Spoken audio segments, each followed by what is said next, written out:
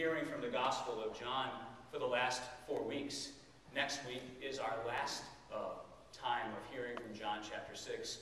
And next week, people turn away from believing in Jesus because of this very saying. How can this man give us his flesh to eat?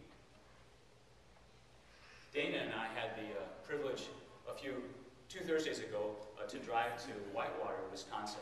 We were invited there on the occasion of a dear friend of ours who had died, Betty Herdendorf. She had been a member of St. Luke's Episcopal Church in Whitewater for many, many years. We arrived there 22 years ago this month to begin ministry. The first ministry that I'd been a part of as the rector of the congregation. They took a risk on me, and I took a risk with them. We risked together.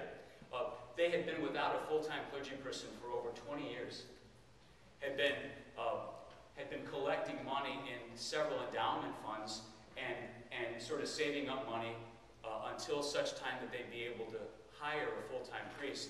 And finally somebody on the vestry said, it's time for us to sort of stop doing this and take a risk. So they approached the bishop of the diocese and said, we'll spend up to half of our endowment if you find someone for us. So they found me. And we began a life of risking together.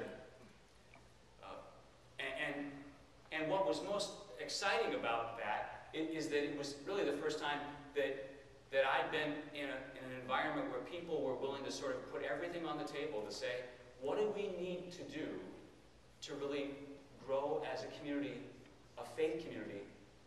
What are the things that are keeping us from doing that? What's getting in the way? How might we do that?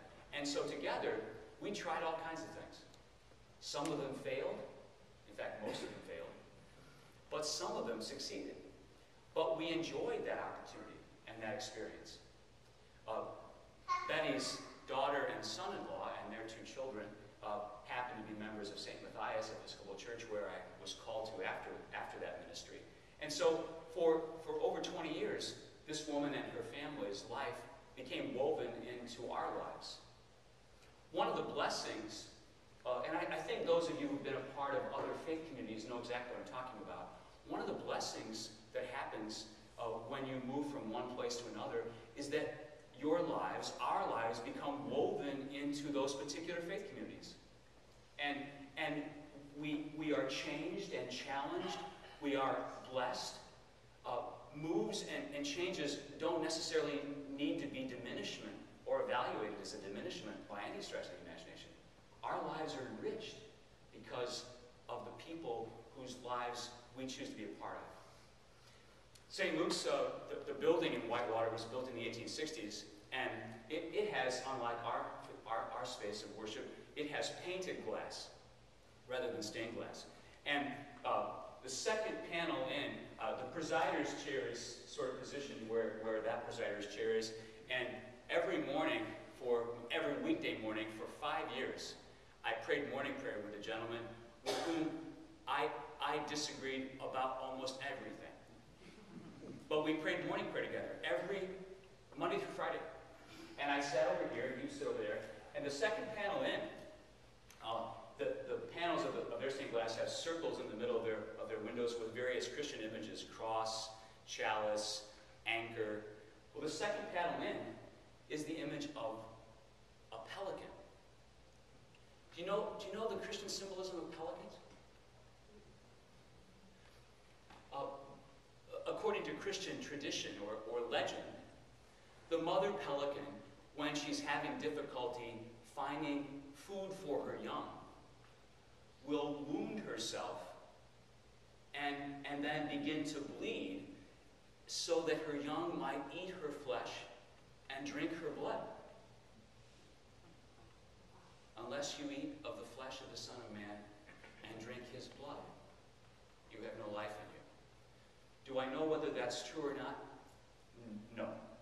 But at least for our forebears in faith, that was an image that captured at least some sense of what John's Gospel is talking about today.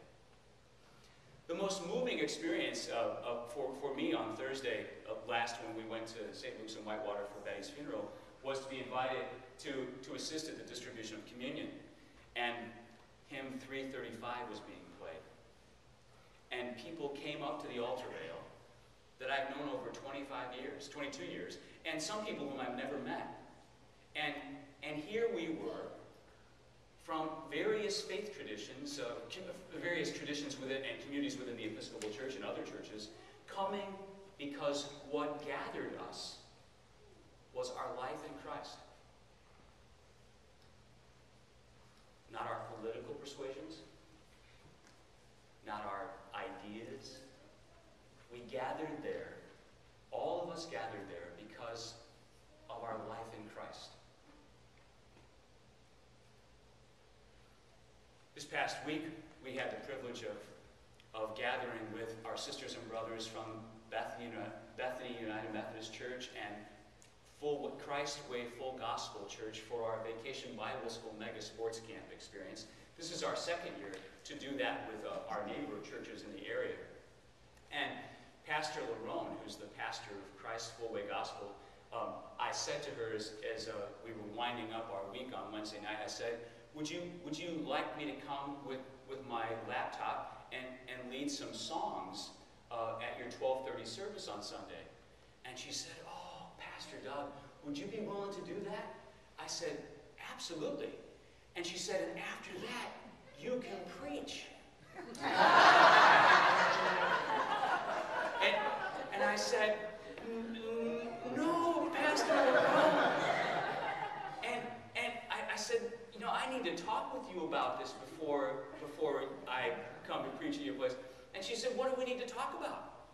And I said, well, I want to get some sense of what the scriptures are that you're using. And she said, the whole Bible's available to you. Just choose what you want to preach on. Now, just think of that. Was I invited there because we have perhaps similar agreements on various difficult issues facing the church? I don't think so. I was invited there because we find our life in Christ.